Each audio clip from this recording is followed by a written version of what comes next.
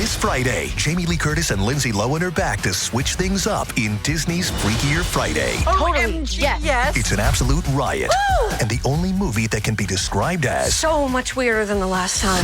What last time? it's the frequel You ready? we've been waiting for. That absolutely slays. What deeply out-of-touch old person came up with that? You did. Wow. Don't miss the comedy event of the summer for all ages. Disney's Freakier Friday in theaters this Friday. Get tickets now. Rated PG. Parental guidance suggested. It's Wednesday Addams. I see you're trying to distract yourself from your own banal thoughts. Let me help.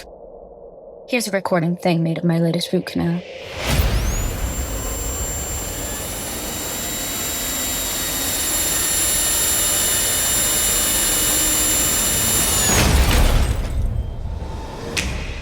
Wednesday Season 2 is now playing only on Netflix. This is an ad. I hate it! An ad for crisp, refreshing Angry Orchard hard cider. That is refreshing. An ad that interrupted your podcast. I hate being interrupted! To remind you to stop being angry at me and crack open an Angry Orchard. That's a good idea. Don't get angry! Get Orchard. Angry Orchard Cider Company, LLC. AngryOrchard.com. Please drink responsibly. Angry Orchard is a hard cider with other natural flavors. Pie in the Sky Media. This series contains adult language and descriptions of graphic violence throughout. Listener discretion is advised.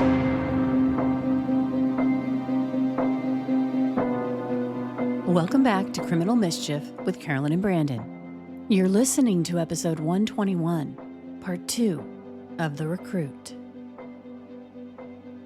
Previously on part 1, 2 days after graduating from basic training in the Navy, 25-year-old Pam Cajones was found beaten and strangled to death at an abandoned home in Sanford, Florida, the morning of August 5th, 1984.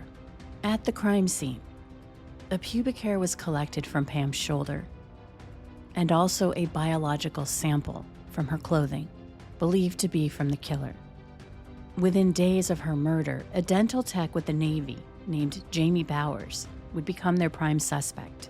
He'd been seen dancing with Pam the weekend she was murdered. He'd given her a ride back to the base on his motorcycle that night, and on top of that, when he was being interviewed, he acted strange. Investigator Jen Spears. When they talked to him, he said, well, he kind of offered, he started talking about how, I've wanted to be military police, and, I'm still thinking about doing that, and here's what I think happened to her. He told the detectives back at the time that he thought she went out on a date with somebody and they started maybe messing around or about to have sex. She decided she didn't want to do it and tried to get away, but the guy ended up raping her, and she got up and tried to run and only got so far before he got on top of her and strangled her and then dumped her. And they're thinking, wow, that sounds like it's potentially exactly what could have happened or close to. That's interesting. If he wasn't involved, why would he know so much about the crime? And also, during their investigation, detectives discovered that Bowers allegedly had a history of bringing young women back to his place for predatory purposes.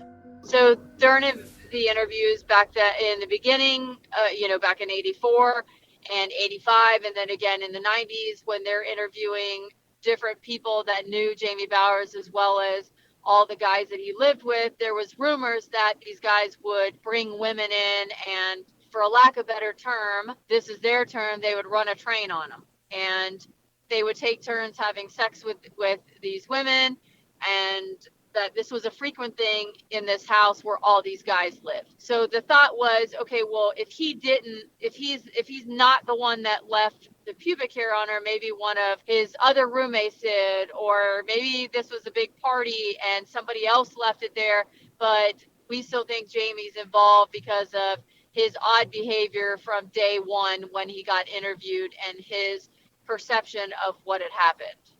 By the end of episode 1, there was no physical evidence tying Bowers to the case, but he was still a suspect, as were a legion of other dental techs based in Florida at the time of Pam's murder. Here's a clip of my co-host Brandon Morgan and I discussing the end of last week's episode in our bonus content. What we wound up learning about these guys, it just makes it even worse, right? Like how they were treating women and what their objective was. And it makes me angry, especially as a father of daughters and just as a member of the human race that, I'm not some prude. I know that there are dudes out there like that. Like I get it, but man, and just to have her unceremoniously just dumped in some overgrown yard of an abandoned, ramshackle house is just, and I hope that comes back into play because, you kind of hung a lantern on, at least Jen did, like, you got to know the area. It's not off the main road. It's not off the highway. Like, you have to know that this place exists. You're not just going to stumble upon it, right? Well, and here's the thing about a case like this, and I think that this illustrates it. I'm not going to give anything away. But it's like you really don't have a lot. So you're going on, it could be a random freaking thing where you just happen to be like, hey, I'm going to pull over and this is my stop, right?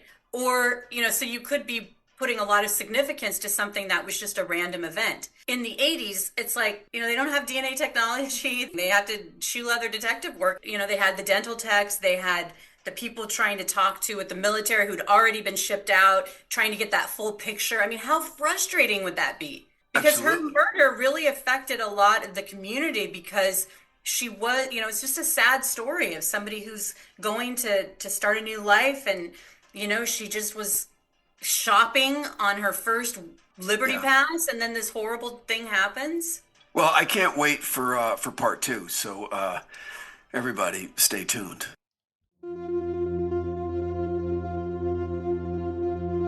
So, from last week, Jamie Bowers is still a prime suspect, even though his DNA didn't match the profile of the suspected killer, mostly because of what he said and the way he acted after the murder.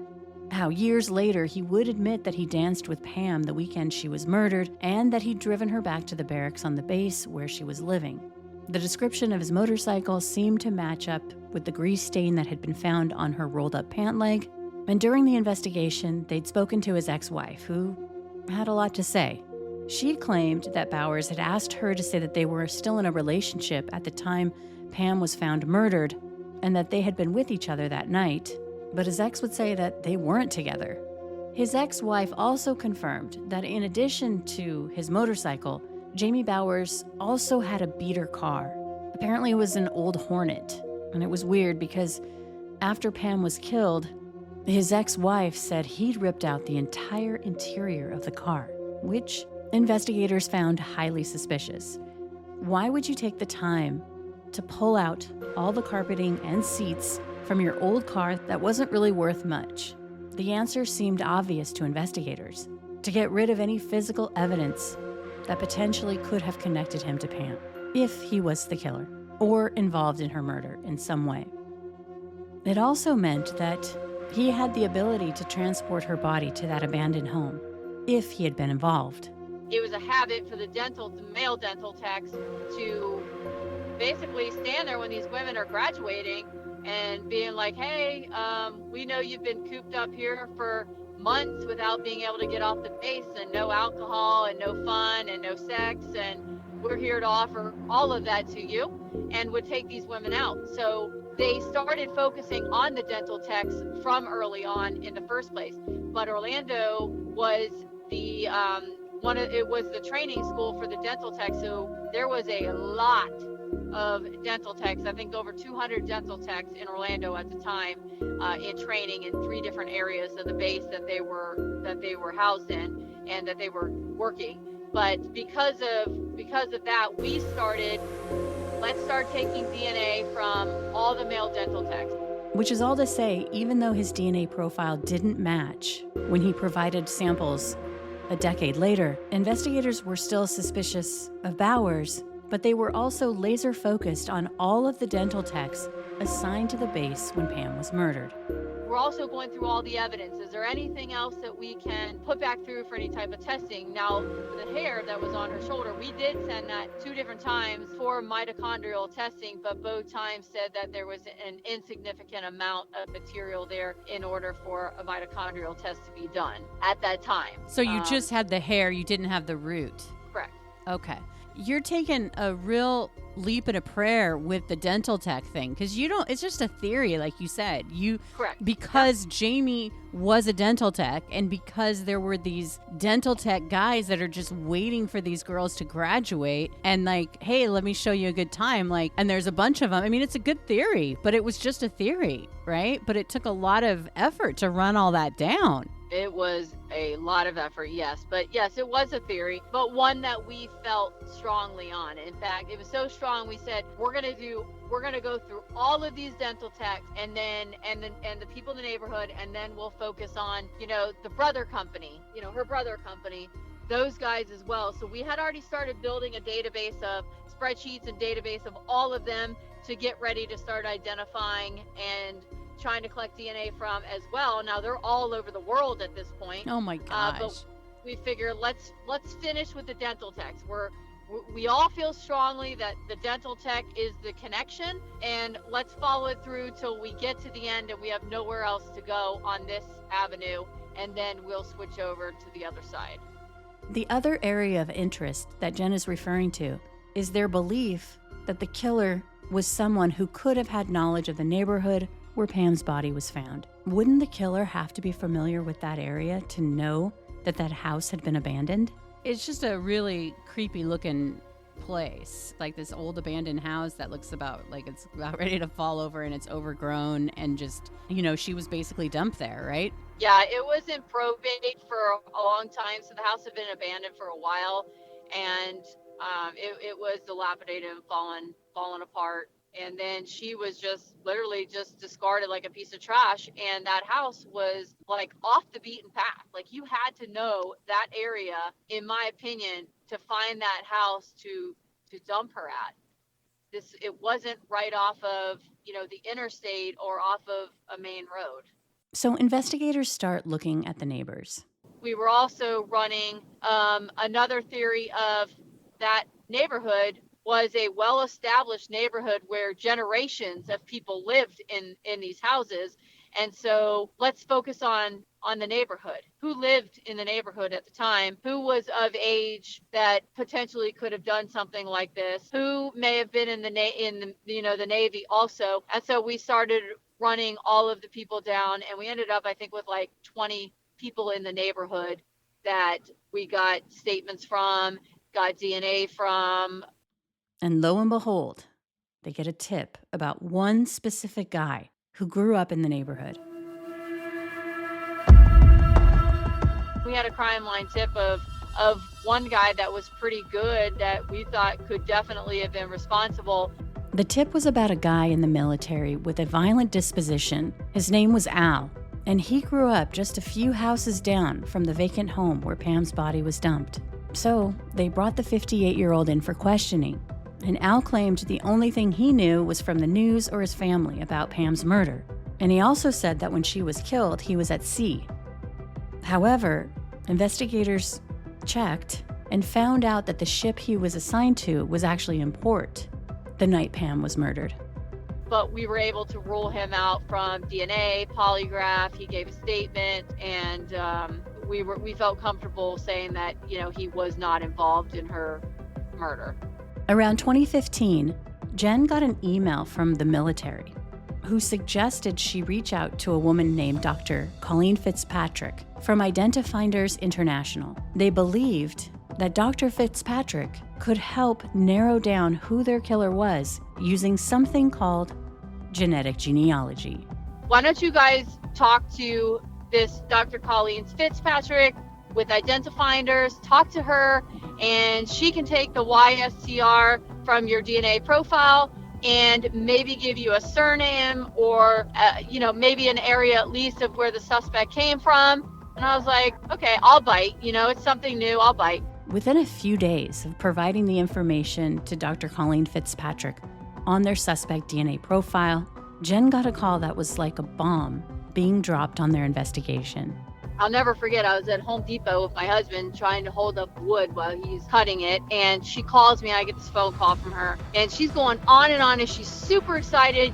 Then she says, your suspect comes from, I think she said Western Africa, and he's going to be an African-American male. I was like, what? She's like, yeah, you're looking for an African-American male. And I said, no way. Jen was stunned. Throughout the entire investigation, it was believed that a white male was the murderer. For over a decade, Jamie Bowers had been their prime suspect.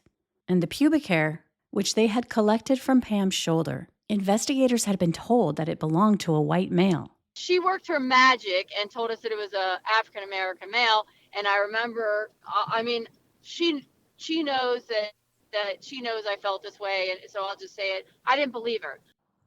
A year later, in 2016, DNA technology improved to the point that there was an amazing new test being offered that could give a snapshot of what their suspect looked like.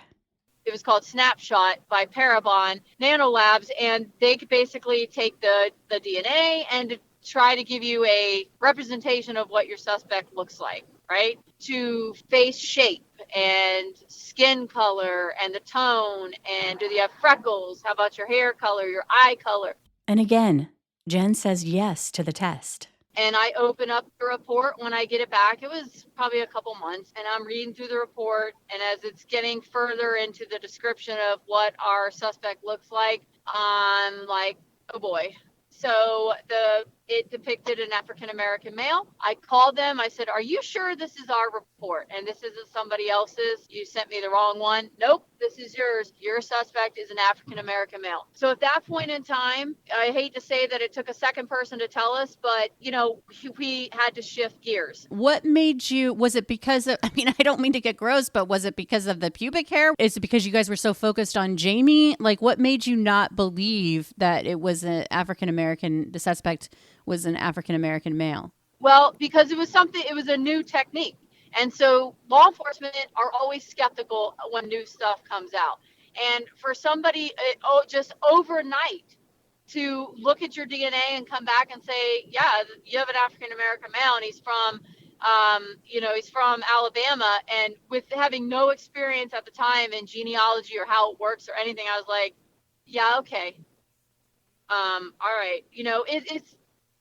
It's new. Plus, everybody before me had said Jamie Bowers. Jamie Bowers didn't do anything to help himself, as I previously explained as well. The pubic hair is at that point in time saying it's a Caucasian pubic hair, and the pubic hair was on her bare shoulder. If somebody had had sex with her that killed her and left their pubic hair, and then somebody or had consensual sex with her and left their pubic hair, and then somebody else attacked her and killed her, that pubic hair would not have still be on her shoulder after a violent attack like that. Investigators had to start back at the beginning. And although Jen was disappointed, no matter what obstacles came her way, her passion for getting justice for Pam never wavered. I have a young kid, and I see the way he yearns for my phone. Well, not my phone, but one for himself. Criminal mischief parents, I know you can relate. And I don't know about you, but I do blame myself a little bit. Because I have unwittingly encouraged the yearning. I let him use my phone at doctor's appointments or on a long drive, which only makes him want it more. And he's my baby. It's hard to say no. I know it would be easier to just get him one, but I also know, because I have older kids, the huge risk that comes with a cell phone and all that implies. It's just too much for him. At least that's what I thought until I found Gab. Gab phones have all the tech features kids actually want, like unlimited talk and text with Gab Messenger, which, by the way, is the very first messaging and video calling app designed with kids' safety as the top priority. So for my 11-year-old, I got him the Gab Phone 4 Pro, which has hundreds of screened third-party apps that can only be installed with a parent's say-so. Plus, my kid loves music, and Gab has an app for that too. The thing is, I totally trust my kid, but it's the Wild West out there when it comes to cell phones. And the number one thing I love about Gab is that their tech blocks high-risk messages and content from ever reaching his phone. And the reason I can't recommend Gab enough. Right now, Gab is offering $25 off any device with no contract required. Just go to gab.com/mischief to get started. That's Gab, GABB.com/mischief. One more time, gab.com/mischief. Terms and conditions apply. Hello, Nigel here. As an owl, I love to be awake all night, but allergy sufferers like you probably don't feel the same. So take Zysol at night to relieve allergies while you sleep. Then wake up fully refreshed for a more productive day. Zysol works fast and offers 24-hour continuous relief from sneezing, runny nose, itchy watery eyes, and itchy nose and throat, so you can enjoy doing the things you love all day long. Be Wisol. Take Zysol at night. Use as directed. Starts working in 45 minutes. It's back to school season, and Clorox is donating 2 million disinfecting wipes to classrooms across America. Because back to school means things can get a little bit messy. Just ask kindergarten teacher Miss Gibson. Give me just one Clorox wipe and I'm ready for glitter glue, exploded lunchbox yogurt, peanut butter handprints, runny noses, picking noses, rubbing noses. Touching noses. Thank you, Edward. Ooh, nap mats and lockers and tissue boxes. And Clorox scissors. disinfecting wipes. Teacher's #1 wipe. Clean feels good. Based on unit sales data. United Healthcare nurse Crystal checked in on a patient. We do a routine call after surgery, and I could tell in her voice that she was struggling. Crystal knew she needed help. And I knew that this is very serious. This is like septic. This is life-threatening. And she knew just what to do. And I called the hospital and said, she's coming in. Here are her labs. And got her the help she needed. I see my role at United Healthcare as a life-saving role. Hear more stories like Crystal's at uhc.com. Benefits, features, and/or devices vary by plan area. Limitation and exclusions apply. The #1 selling product of its kind with over 20 years of research and innovation. Botox Cosmetic, onabotulinum toxin A, is a prescription medicine used to temporarily make moderate to severe frown lines, crow's feet, and forehead lines look better in adults. Effects of Botox Cosmetic may spread hours to weeks after injection, causing serious symptoms. Alert your doctor right away as difficulty swallowing, speaking, breathing, eye problems, or muscle weakness may be a sign of a life-threatening condition. Patients with these conditions before injection are at highest risk. Don't receive Botox Cosmetic if you have a skin infection. Side effects may include allergic reactions, injection site pain, headache, eyebrow and eyelid drooping, and eyelid swelling. Allergic reactions can include rash, welts, asthma symptoms, and dizziness. Tell your doctor about medical history, muscle or nerve conditions including ALS or Lou Gehrig's disease, myasthenia gravis, or Lambert-Eaton syndrome and medications, including botulinum toxins, as these may increase the risk of serious side effects. For full safety information, visit BotoxCosmetic.com or call 877-351-0300. See for yourself at BotoxCosmetic.com. Pam's family stayed in contact with detectives over the years, and they were very supportive of the detectives and of the investigation and wanted to help in any way they could. They were never pushy. They were never, hard on us or anything like that. They were just, through them, you got to know Pam, and you realize Pam had to have been a great person if she came from this family, because they're all amazing people in her family. All of her siblings are just absolutely amazing. In today's modern world of crime fighting, genetic genealogy as a tool for law enforcement is something we're used to hearing about, with frequent headlines of long dormant cold cases finally being solved. But when Jen was working Pam's case back in 2016, it was before the Golden State Killer case broke in 2018. That was the first public arrest with the help of genetic genealogy. So in 2016, Jen had a full profile of the suspected killer's DNA. But because he wasn't in CODIS, the National Offender Database, if the suspect wasn't dead, they'd either have to wait for him to get arrested, or if he'd already been incarcerated for a long time, that meant that his DNA profile possibly hadn't been uploaded into the system. But with investigative genetic genealogy, maybe they wouldn't have to wait. So from 2016, when we got this, now we're like, okay, there's something to this. We're looking for an African-American male. Maybe Jamie's still involved. Maybe there's another Caucasian male still involved because of the pubic hair. So let's go back to the drawing board on the dental techs, and let's start looking for the African-American dental techs. And so that also included going back to a lot of the Caucasian dental techs saying, hey, now we asked you before about Caucasian dental techs you remember working with you. How about African American dental techs? But at this point, in 2016, they weren't using investigative genetic genealogy as it is used today to build a family tree from the suspect profile found on Pam, to utilize family member DNA who have voluntarily submitted their DNA to genealogy databases. Jen was going to individual African American dental techs who were at the base when Pam was murdered and would ask them for a voluntary DNA sample. Getting DNA, and it's still no match. They did this kind of DNA collection for 2 years until the Golden State Killer case broke. That case breaks open. I reach out to out there to Sacramento, and I said, I need to know what you guys did, how you did it, because we need to do this in our case. Jen started working with the Florida Department of Law Enforcement in the fall of 2018 after they started their own in-house investigative genetic genealogy team, using the information they'd gotten from Dr. Colleen Fitzpatrick and from Parabon Labs.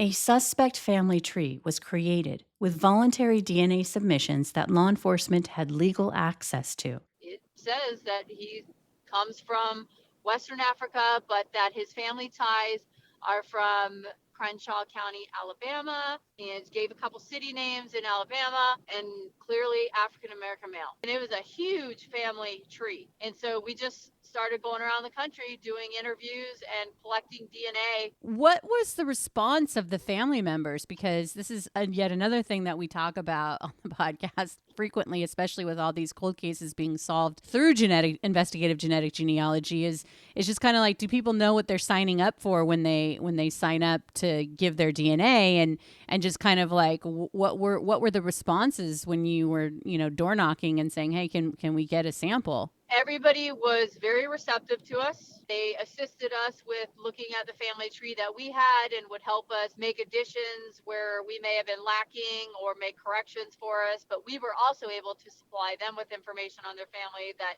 they may not have had. So I felt like we were working together to build the tree out, and they were very receptive. Every single person that we knocked on their door invited us into their homes and talked to us, gave us their DNA, and said that they would assist in any way that they could.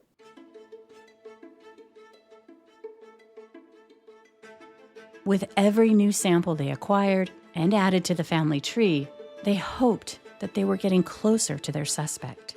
I went up to Virginia on a completely different reason. I run the Southeastern Homicide Investigators Association, and we needed a place to have a conference in the year of 2019. And so January of 2019, I fly up to Norfolk, Virginia to check out a couple hotels for potential conference space. And I figure while I'm up there was somebody else on the tree in Virginia.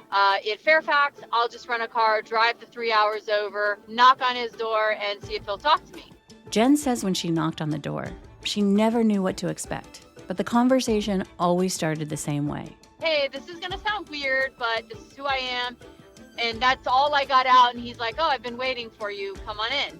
So immediately I'm like, are you waiting on me because you're the murderer and you knew I was coming? Or, how do you know that I was coming? You know what I mean? When you described walking up to this potential relative's doorstep, you really brought me there. Like, you don't know if this is the person, and you're going by yourself. You're in a different state. Am I making it more scary than what it kind of sounds like? I mean, I'm imagining maybe I just seen Clarice Starling and how she goes to the suspect's door.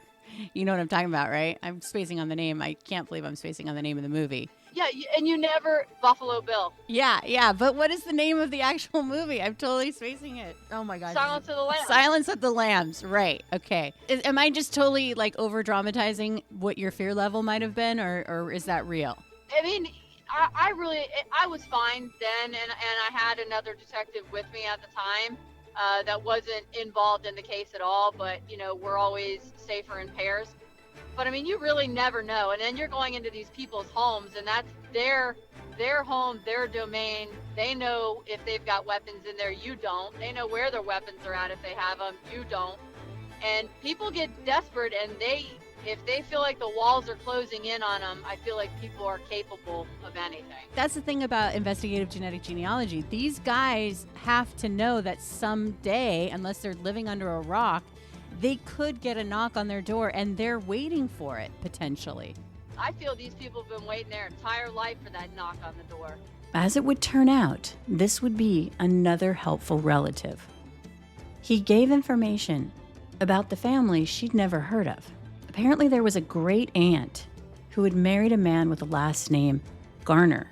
Jen calls their investigative genetic genealogist, who was working the case, and tells her about this branch in the family tree that they'd never heard of before. A few days later, Jen gets a call from the genealogist. To this day, I can't remember anything she said until the last sentence was, they had 2 boys who are still alive, both were in the military, and both are in Jacksonville, Florida, and one of them is your suspect. I remember thinking, wow, it was that easy.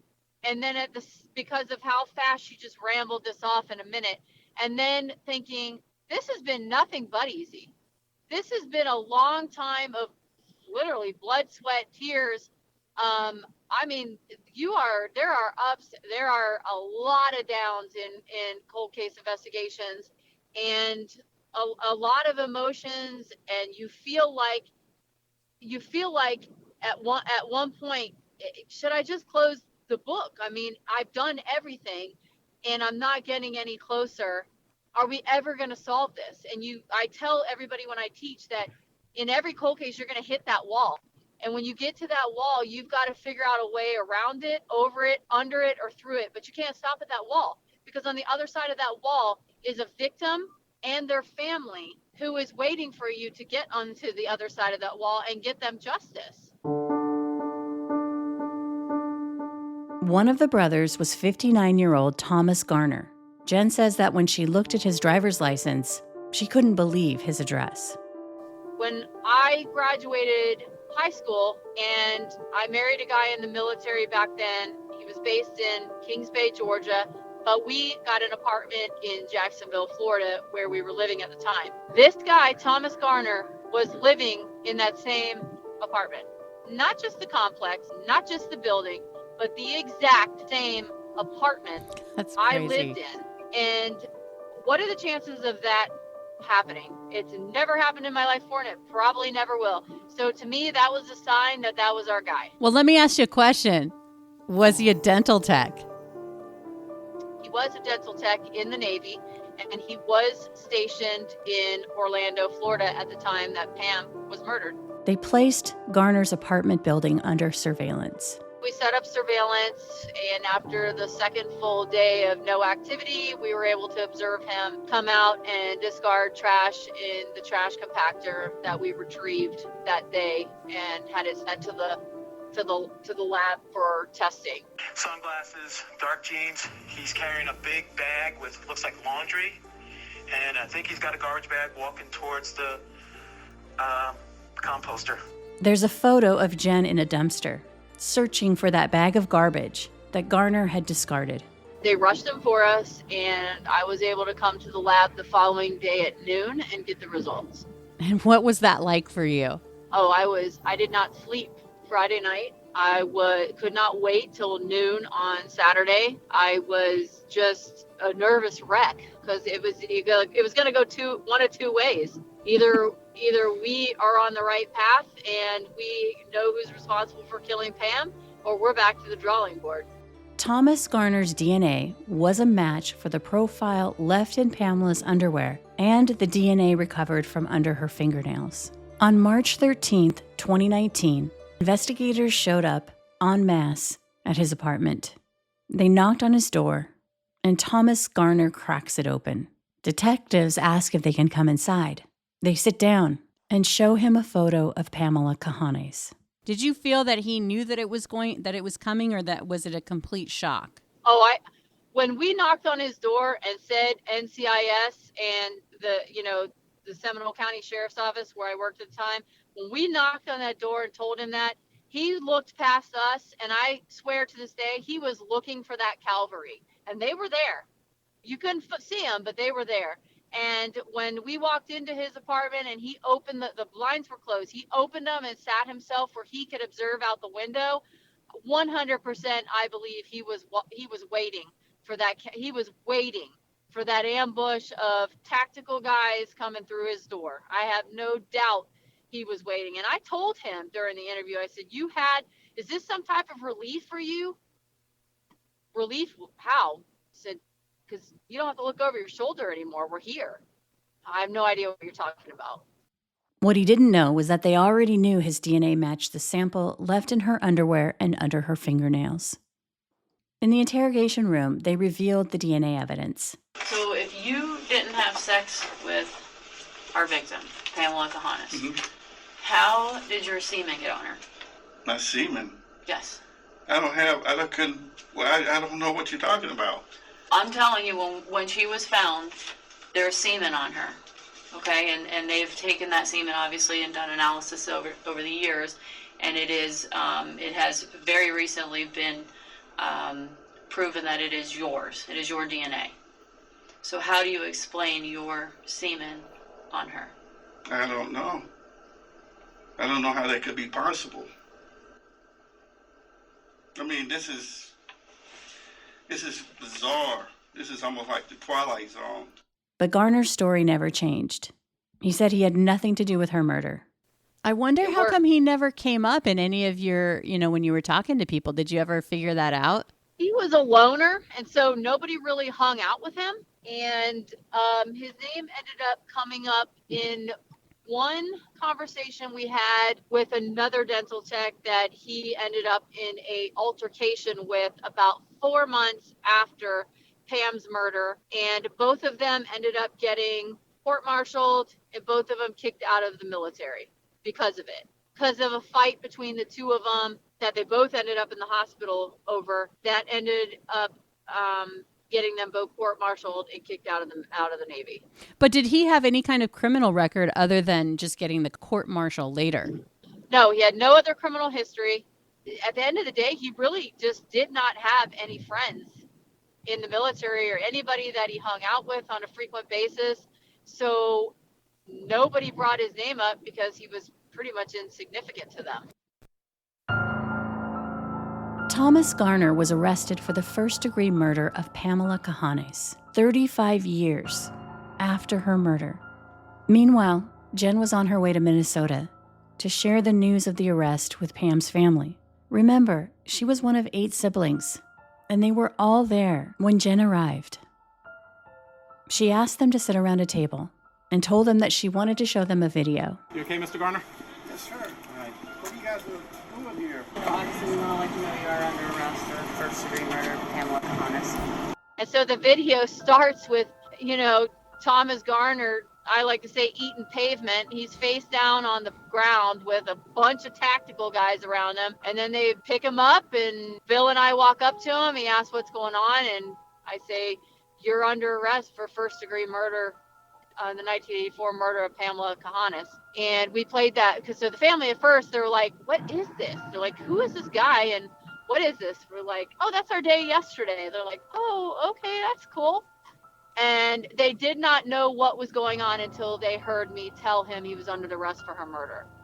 And to me, that was the best thing in this case to this day. Is I literally just got chills. I mean, I get them every time I tell the story and every time I think about it, and it brings tears to my eyes because they're all, I couldn't even imagine, and I will never can feel like I can imagine what they were going through, because if it's confusion, it's shock, it's